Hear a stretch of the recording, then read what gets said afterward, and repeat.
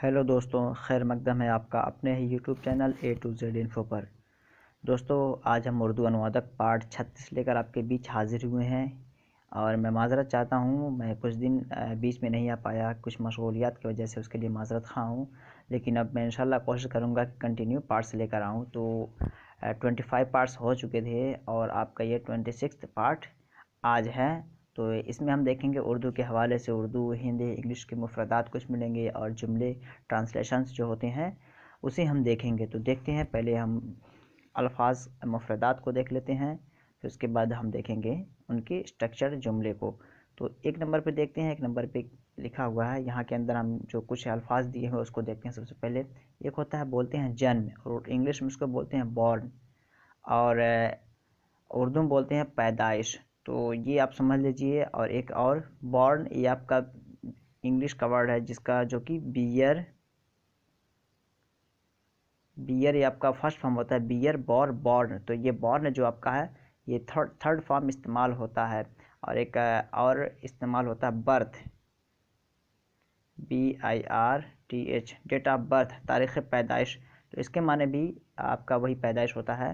तो आप दोनों ज़हन नशीन कर लीजिएगा। वर्ब कंडीशन में आएगा तो आपका ये हो जाएगा, और ऐसे ही पूछा जाए नाउन के कंडीशन में तो आपका बर्थ ज़्यादा बेहतर होगा। तो जन्म को बॉर्न या फिर पैदाइश बोलते हैं। नेक्स्ट देखते हैं विश्वास। विश्वास को इंग्लिश में क्या बोलते हैं? बिलीव बोलते हैं, और उर्दू में यकीन बोलते हैं। विश्वास, बिलीव, यकीन। और इंग्लिश में इसी को ट्रस्ट भी बोलते हैं, ट्रस्ट, TRUST। तो ट्रस्ट, बिलीव, ये देख लीजिए। और अगर इसके अलावा भी वर्ड्स याद रखेंगे तो अच्छा रहेगा, क्योंकि हो सकता है कि आपको बिलीव की जगह ट्रस्ट का वर्ड दे दिया जाए, उसको हिंदी और इंग्लिश में ट्रांसलेट करने के लिए दे दिया जाए। तो विश्वास, बिलीव को बिलीव कह सकते हैं, ट्रस्ट कह सकते हैं, यकीन कह सकते हैं। तो ये आपके मुफरदात हैं जिसे आप जहन नशीन रखें। नेक्स्ट देखते हैं अमन। एक वर्ड है अमन, उर्दू में बोलते हैं इसको, ये वर्ड आपका अमन उर्दू में, इसको इंग्लिश में बोलते हैं पीस, और हिंदी में बोलते हैं शांति। क्या बोलते हैं दोस्तों? इसको हिंदी में बोलते हैं आपका शांति। और सॉरी, 1 मिनट।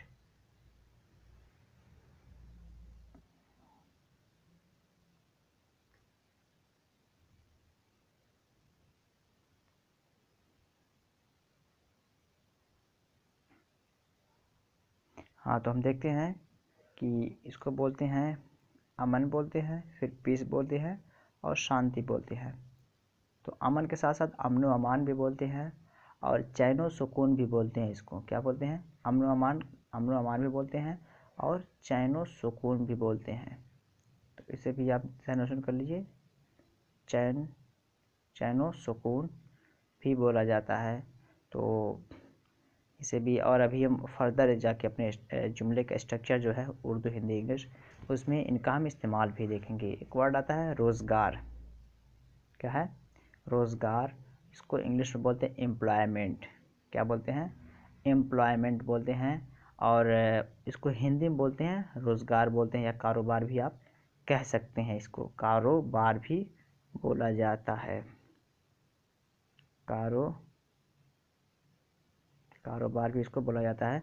तो चूँकि हिंदी और उर्दू का जो मसला है, बहुत सारे ऐसे अल्फाज हैं, शब्द हैं जो आपके उर्दू में इस्तेमाल होते हैं हिंदी के, या फिर हिंदी के कुछ ऐसे अल्फाज हैं जो आपके उर्दू में इस्तेमाल होते हैं। तो उर्दू का हिंदी में, हिंदी का उर्दू में अल्फाज इस्तेमाल होते हैं। लेकिन इंग्लिश का जो है वो आपको जहन नशीन रखना है। लेकिन बहुत ज़्यादा प्योर अगर उर्दू पूछेगा तो आपको उर्दू के अच्छे अल्फाज डालने की ज़रूरत है, और बहुत प्योर शुद्ध अगर आपसे हिंदी पूछ रहा है तो अच्छे हिंदी के शब्द डालने की ज़रूरत है। लेकिन इंग्लिश आपका चेंज नहीं होगा। तो रोज़गार, एम्प्लॉयमेंट, रोज़गार या फिर कारोबार आपका बेहतर होगा। और एम्प्लॉयमेंट को इंग्लिश में एक और तो बोलते हैं जॉब। एम्प्लॉयमेंट को हम जॉब से भी ताबीर करते हैं, जॉब भी कह सकते हैं कारोबार को। मुझे आजकल कोई जॉब नहीं मिल रहा, या मैं कोई जॉब नहीं कर रहा हूँ, तो मतलब मैं बेरोज़गार हूँ, या मैं कोई कारोबार नहीं कर रहा हूँ। तो जॉबलेस जिसको बोलते हैं, क्या बोलते हैं? जॉबलेस। जॉबलेस बेकारोबार इंसान को कहते हैं। नेक्स्ट वर्ड देखते हैं तमाम लोग। उर्दू में इसको बोलते हैं तमाम लोग, और इंग्लिश में बोलते हैं ऑल पीपुल, या फिर एवरीवन भी बोलते हैं। ज़रूरी नहीं कि यही हो, बल्कि मैं इंडिकेट कर रहा हूँ एवरी पीपुल, EVERY या एवरीवन कह लीजिए, एवरीवन हर कोई, ऑल पीपुल तो ये भी चलेगा, एवरीवन भी चलेगा, ऑल पीपुल भी चलेगा। और हिंदी में भी इसको सभी लोग ही कहते हैं। नेक्स्ट देखते हैं रहम दिल या फिर मेहरबान। रहम दिल या फिर मेहरबान दोनों बोलते हैं, जिसको हम कहते हैं काइंड, और हिंदी में बोलते हैं इसको दयालु। काइंड बोलते हैं और रहम दिल बोलते हैं या फिर मेहरबान बोलते हैं आपका उर्दू में। तो रहम दिल, काइंड, दयालु, इन अल्फाज को आप सहनशीन कर लीजिए। नेक्स्ट देखते हैं वज़ीर मालियात। वज़ीर मालियात, क्योंकि आप उर्दू अनुवादक की परीक्षार्थी हैं, तो दोस्तों अगर पहली बार आप चैनल पे आए हैं तो चैनल को सब्सक्राइब कर लीजिए, बेल आइकॉन को दबा दीजिए। डिस्क्रिप्शन बॉक्स में प्रीवियस वीडियोस के लिंक दिए गए हैं, वहाँ सारे वीडियोस को देखिए, काफ़ी फ़ायदा होगा। और डिस्क्रिप्शन बॉक्स में टेलीग्राम, व्हाट्सएप ग्रुप का लिंक दिया होगा, वहाँ से आप जाके मेरे साथ जुड़ सकते हैं, ताकि वहाँ भी आपको मज़ीद मालूमात फ़राहम कराया जा सके। वज़ीर मालियात, चूँकि आप उर्दू अनुवादक के उम्मीदवार हैं और आपको ट्रांसलेट करना पड़ जाएगा, वहाँ पे लेटर वगैरह हो जाए या कोई पैसेज वगैरह है, तो ये वज़ीर मालियात, चूँकि ये गवर्नमेंट का पोर्शन माना जाता है, काफ़ी अहम हिस्सा है, तो इसका आपको याद रखना ज़रूरी है। इसको फाइनेंस मिनिस्टर बोलते हैं, इंग्लिश में फाइनेंस मिनिस्टर बोलते हैं। वित्त मंत्री बोलते हैं आपका, ये यहाँ पे ना छोटा सा ना है, इसको वित्त मंत्री बोलते हैं आपका हिंदी में, और इंग्लिश में फाइनेंस मिनिस्टर, उर्दू में वज़ीर मालियात। तो इसे आप जहन नशीन रखें। देखते हैं एक वर्ड आता है यहाँ पे देश। यहाँ पे कंट्री इसको बोलते हैं, इंग्लिश में देश को बोलते हैं कंट्री, और उर्दू में बोलते हैं मुल्क। क्या दोस्तों, मुल्क बोलते हैं। तो कभी कभी ऐसा होता है कि मुल्क को हम मलिक पढ़ देते हैं, ये आपका मुल्क है, तो कभी कभी मुल्क को मलिक पढ़ देते हैं दोस्तों। मलिक आप नहीं पढ़ेंगे, मलिक जो होता है उसको कहते हैं राजा। लिखा तो ऐसे ही जाएगा, विदाउट एराब अगर लिखे हम, तो ये अगर एराब लगा रहे हैं तो कुछ इस तरह होगा मलिक, लेकिन इसको हिंदी में अगर बोलेंगे तो हम राजा बोलते हैं। क्या बोलते हैं, राजा। डाउट ना हो, क्योंकि ये लिखने में एक जैसा लगता है, इसका स्ट्रक्चर लिखने का एक जैसा है, इस वजह से मैं बता दे रहा हूँ, इसको राजा बोलते हैं हिंदी में, और इंग्लिश में इसको बोलते हैं किंग। क्या बोलते हैं, किंग। तो मलिक का मुल्क में फ़र्क आप समझ गए होंगे हमारे ख्याल से। तो हम अब आगे बढ़ते हैं। दोस्तों अगर वीडियो अच्छा लग रहा हो तो कमेंट करके बताइए, दोस्तों को शेयर कीजिए, उन तमाम दोस्तों को जो भी उर्दू अनुवादक की तैयारी कर रहे हैं, ताकि उनकी भी तैयारी आपके साथ साथ अच्छी हो सके। प्रीवियस वीडियोज़ को ज़रूर देखिए, उस पर मैंने डिटेल से बताया है, और ये मेरे सारे वीडियोज़ जो है एग्ज़ाम पैटर्न पे बेस हैं कि उर्दू अनुवादक का जो सिलेबस है, किस किस टाइप्स के क्वेश्चंस होंगे, उन तमाम वीडियोज़ को मैं बना दिया हूँ। आपको ये जो जीके के क्वेश्चन है उसे भी मैं बना दिया हूँ। तो अच्छा खासा एरिया कवर कर लिया हूँ मैं, और मैं कंटिन्यू कोशिश करता हूँ कि आपके लिए अच्छे अच्छे क्वेश्चंस लाऊं, ताकि आपके एग्ज़ाम के हवाले में वो फ़ायदेमंद हो। तो नेक्स्ट देखते हैं, एक वर्ड है हुकूमत। क्या है, हुकूमत। इसको उर्दू में हुकूमत बोलते हैं, इंग्लिश में गवर्नमेंट बोलते हैं, और इसको हिंदी में बोलते हैं सरकार, सरकार बोलते हैं। तो इन तीनों मुफ्रदात को देखिए, गवर्नमेंट बोलते हैं, गवर्नमेंट को शॉर्टकट में लिखते हैं GOVT लिखते हैं, लेकिन आप GOVT ना लिख के पूरा लिखो तो बेहतर होगा। क्या लिखें, ये आपको एब्रीवेशन का फॉर्म नहीं, बल्कि आप सेंटेंस बना रहे हैं तो आप पूरा लिखें तो बेहतर होगा, इससे अच्छा लगेगा जुमला और माना खेज होगा।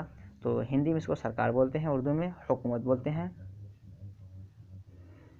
और इसी को हुकूमत को अगर हाकिम हम कर दें तो इसको इंग्लिश में इसको बोलेंगे, इंग्लिश में फिर रूलर। क्या बोलेंगे, रूलर बोलेंगे, इसको हम इंग्लिश में बोल देंगे। अगला देखते हैं, अब हम जो मुफ्रदात अभी तक देखे हैं उसमें से हम उन तमाम मुफ्रदात को, उर्दू हिंदी इंग्लिश के मुफ्रदात तो देख ही लिए हैं। अब जुमले में पूरा जुमले बना के हम देखेंगे कि जुमले कैसे बनते हैं। तो जुमले देखने के बाद आपको काफ़ी अंदाज़ा हो जाएगा, और अगर इस पैटर्न को आप सीख लिए तो आप कोई सा भी जुमला आपको दिया जाए उर्दू हिंदी इंग्लिश का, तो आप आसानी से ट्रांसलेट कर लेंगे, कोई दिक्कत नहीं होगी। यही है कि अगर आपको लैंग्वेज पे कमांड है तो आप आसानी से अपनी जगह बना सकते हैं। तो इसी वजह से मैं तीनों लैंग्वेज में यहाँ पे लाने की कोशिश किया हूँ कि आप जुमले को देख लें, कैसे जुमले बनाए जाते हैं। प्रीवियस वीडियोज़ में भी मैंने जुमले बनाकर आपको बताया है, तो उन वीडियोज़ को देखें, काफ़ी फ़ायदा होगा। ग्रामर पेज पे है वो, जिसमें उर्दू के क़वायद हैं, तज़कीर व तानीस, मुसग़्ग़र, मुकब्बर, या फिर फ़ेल जो अफ़आल है, अस्मा है, उन तमाम को भी उन वीडियोज़ में मैंने जिक्र किया है। देखते हैं जुमले, अभी अंदाज़ा लग जाएगा कैसे हैं ये। 2 नंबर का देखते हैं। 1 नंबर में तो पूरा मुफरदात चला है। 2 नंबर में मेरी पैदाइश बिहार में हुई है। क्या है? मेरी पैदाइश बिहार में हुई है। तो ये जो आपका लगा है ये ना होना चाहिए, बल्कि यहाँ फुल स्टॉप रहेगा। क्या दोस्तों? क्वेश्चन मार्क ना होकर के बल्कि यहाँ पे फुल स्टॉप रहेगा। तो मेरी पैदाइश बिहार में हुई है, एक जुमला है उर्दू का आपका। इसको हम ट्रांसलेट करते हैं इंग्लिश में, I have born in Bihar. क्या हुआ? I have born. तो अभी हम देखें ऊपर एक वर्ड आया था बॉर्न, जिसको हम क्या बोले? अभी हम बोले थे कि ये बॉर्न जो है बियर बॉर्न ये वर्ब का थर्ड फॉर्म है। तो इंग्लिश का यहाँ से पूरा मैंने जो आपका है प्रेजेंट परफेक्ट का टेंस है यहाँ से कवर कर दिया। तो प्रेजेंट परफेक्ट का टेंस पे अगर आपको कमांड है तो आप समझ गए होंगे कि प्रेजेंट परफेक्ट का जो भी टेंस होता है उसमें वर्ब का थर्ड फॉर्म ही लगता है। तो यहाँ पे I have born in Bihar, मेरी पैदाइश बिहार में हुई है, ये जुमला उर्दू के हवाले से बिल्कुल सही हो गया। हिंदी में देखते हैं, मेरा जन्म बिहार में हुआ है। तो चूँकि अभी हम बॉर्न को हिंदी में क्या देखे थे? जन्म। तो यहाँ पे जन्म आ गया, यहाँ पे आपका बॉर्न आ गया और यहाँ पे पैदाइश। तो अभी उर्दू, हिंदी, इंग्लिश हम तीनों मुफरदात देखे थे, तो यहाँ पे तीनों आपका ज़ाहिर हो गया जुमले में, आपका पैदाइश भी, बॉर्न भी और फिर जन्म भी। और इसके अलावा भी जो कुछ हैं जो से आप देख लीजिए, चूँकि मुझे जुमला बना के आपको बताना था कि किस तरह का स्ट्रक्चर होता है। 2 नंबर का जुमला देखते हैं। 2 नंबर के जुमले में क्या दिया हुआ है? 2 नंबर के जुमले में है, मैं बिला देखे हुए पर एतमाद नहीं रखता हूँ। यहाँ पे काबिल गौर बात है, आप कह सकते हैं कि सर इसमें तो कोई ऐसा वर्ड है नहीं जो कि मुफरदात में बताया गया हो। तो ये एतमाद जो है दोस्तों, हम यकीन का लफ्ज़ पढ़े हैं एक जगह। क्या पढ़े हैं? यकीन। यकीन हम पढ़े हैं ना अभी। तो यकीन को हिंदी में हम क्या लिखे थे? विश्वास। विश्वास हम देखे थे, यकीन का विश्वास, और इंग्लिश में इसको बिलीव देखे थे। बिलीव देखे थे, BELIE, और इसको हम बोले थे कि ट्रस्ट भी बोलते हैं। तो चूँकि एतमाद जो है, एतमाद को यकीन भी कहते हैं और एतमाद भी कहते हैं, और उर्दू में तो उसको दोनों माने में हम इस्तेमाल करते हैं, हिंदी में विश्वास और फिर इंग्लिश में बिलीव। तो यहाँ से बताना ये मकसद है कि एतमाद और यकीन दोनों एक ही माने में इस्तेमाल होता है। ऐसा नहीं कि आपको कन्फ्यूज़ होने की ज़रूरत है कि वर्ड नहीं मिला, बल्कि मैं बिला देखे हुए पर यकीन नहीं रखता हूँ, ये भी कह सकते हैं। तो इसका इंग्लिश क्या होगा? I don't believe unseen. क्या दोस्तों? Unseen, I don't believe unseen, बिला देखे हुए। तो बिला देखे हुए का क्या ट्रांसलेशन हो जाएगा? बिला देखे हुए अनसीन। सीन माने देखा हुआ, अनसीन विदाउट सीन। तो अनसीन आपका हो गया बिना देखे हुए। और इसका आपका हिंदी ट्रांसलेट क्या होगा? मैं बिना देखे हुए पर विश्वास नहीं करता हूँ। चूँकि यहाँ पे मुझे विश्वास लाना था, यहाँ पे बिलीव लाना था, यहाँ पे एतमाद जो कि यकीन के माने में है। तो तीनों अल्फाज यहाँ पे आ गए। इन्हें आप देख लीजिए अच्छे तरीके से और समझ लीजिए, और आप भी कोशिश कीजिए कि जुमले बनाना शुरू कर दीजिए छोटे छोटे, ताकि आपकी प्रैक्टिस रहे, वहाँ पे ज़्यादा सोचना ना पड़े, आप जुमले देख के उसे आसानी से तब्दील कर ले एक ज़बान से दूसरी ज़बान में। नेक्स्ट देखते हैं 4 नंबर ऑप्शन, बराए करम अमन अमान कायम रखें। बराए करम अमन अमान कायम रखें, ये आपका इंग्लिश उर्दू का एक जुमला है। इसको हम इंग्लिश में पहले ट्रांसलेट करते हैं। Please maintain the peaceful moment. Please maintain the peaceful moment, ये आपका उर्दू इंग्लिश ट्रांसलेशन होगा बराए करम अमन अमान कायम रखे का। और हिंदी में देखते हैं, कृपया शांति का माहौल बनाए रखें। कृपया शांति का माहौल बनाए रखें, ये आपका हिंदी का अनुवाद हो जाएगा। तो दोस्तों इस तरह की अगर आप जुमले बनाएंगे तो आपको काफ़ी मदद मिलेगी, और आपको ऐसे ही जुमले बनाने पड़ेंगे।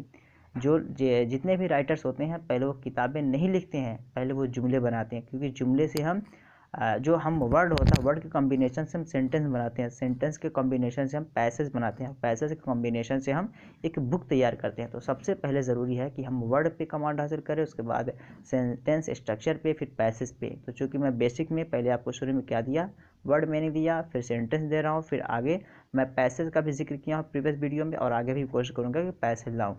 तो अगर बेसिक से चलेंगे तो आपको आसानी होगी।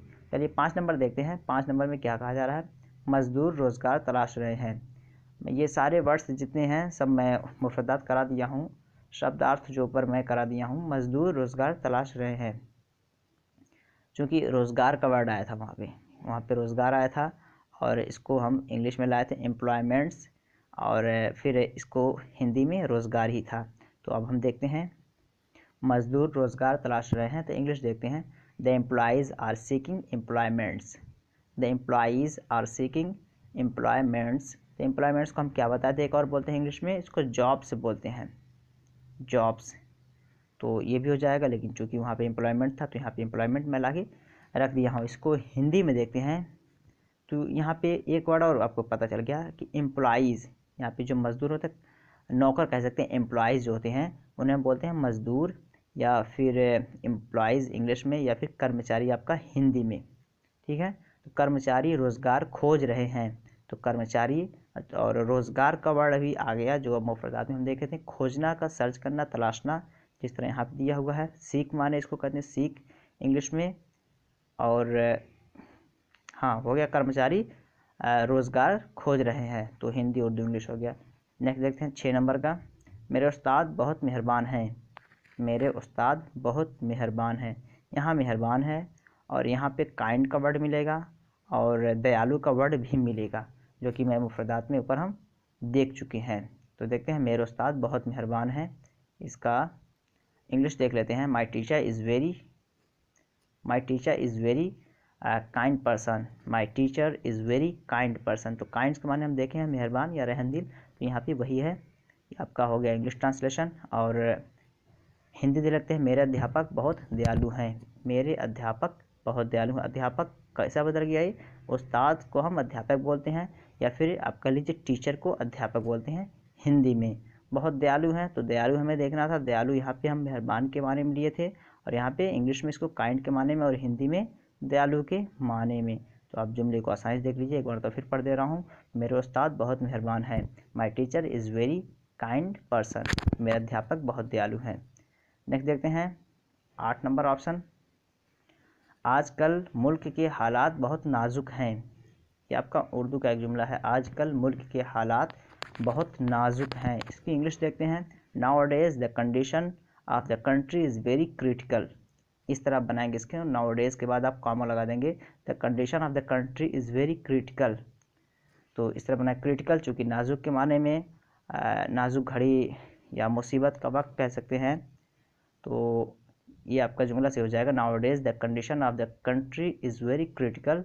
आजकल मुल्क के हालात बहुत नाजुक हैं। इसका हिंदी देख लेते हैं, आजकल देश के हालात बहुत नाजुक हैं। चूँकि ये नाजुक जो है ग़ालिबन हिंदी में भी यही इस्तेमाल होता है, तो चूँकि हमें दिखाना था नाजुक या फिर मुल्क का वर्ड हम पढ़े थे ऊपर, एक मुल्क वहाँ पे जिसको हम देश, मुल्क या कंट्री बोलते हैं, तो यहाँ पे कंट्री का वर्ड आ गया, यहाँ पे देश का वर्ड आ गया। तो ये तीनों आपका ट्रांसलेशन हो गया उर्दू हिंदी इंग्लिश का।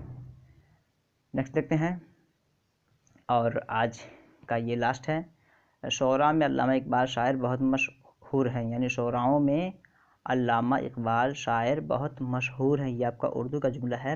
इंग्लिश देखते हैं, इन पोएट्स, यहाँ पे एस आपका छोटा सा है, in poets comma Allama Iqbal is a famous poet. In poets शोराओं में Allama Iqbal is a famous poet, कि अल्लामा इकबाल एक मशहूर शायर हैं। अल्लामा इकबाल को अल्लामा इकबाल ही रखेंगे। और हिंदी देख लेते हैं इसका, कवियों में अल्लामा इकबाल बहुत प्रसिद्ध कवि हैं, कवियों में अल्लामा इकबाल बहुत प्रसिद्ध कवि हैं। अल्लामा को अल्लामा ही रखेंगे, चूँकि ये एज इट इज़ यूज़ किया जाता है हर जगह। तो कवियों में अल्लामा इकबाल बहुत प्रसिद्ध, चूँकि प्रसिद्ध किसका ट्रांसलेशन है, ये आपका फेमस, और उर्दू में इसको हम मशहूर बोलते हैं। तो चूँकि हम अभी ऊपर हमारे मुफ्रदात में एक शायर का वर्ड था, क्या था, शायर, जिसको हम हिंदी में बोलते हैं कवि और इंग्लिश में बोलते हैं हम पोएट। तो इसको भी देख लिया। तो दोस्तों ये सेशन अगर अच्छा लगा हो तो कमेंट करके बताइए, दोस्तों को शेयर कीजिए, और फिर मिलते हैं अगले वीडियो में जीके के साथ। तब तक के लिए have a nice day, that's all, thank you.